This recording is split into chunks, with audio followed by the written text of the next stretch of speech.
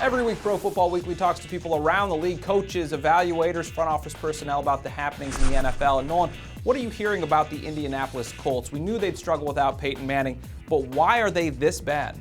Well, scouts are saying they're a team that's built to play with the lead. You know, they can put those defensive ends on the corner and let them get up the field, really change the style that they play, and they haven't been able to get that lead early on so far this season.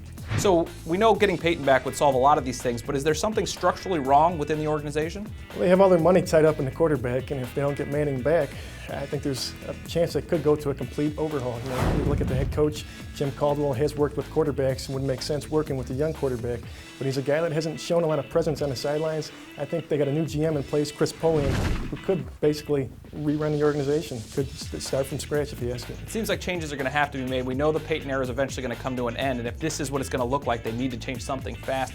Kansas City Chiefs, speaking of things going south in a hurry, they went from a playoff team last year to a huge disappointment this year. We heard last week that Todd Haley may be in trouble. What are you hearing there? Well, the question everyone's asking around the league is he going to make it to the bye week? And I think that's a big question. At bye week 6, maybe we'll see Romeo Crennel in place. So right now it looks like Todd Haley at the top of the first coach to be fired list. I guess it's not a huge surprise when they've started off as bad as they are. Speaking of coaches that are a little disappointing right now, Bill Musgrave brought into Minnesota to run that offense and hasn't gotten it done so far. Yeah, I think around the league, the sentiment is that he's really struggled there as a play caller.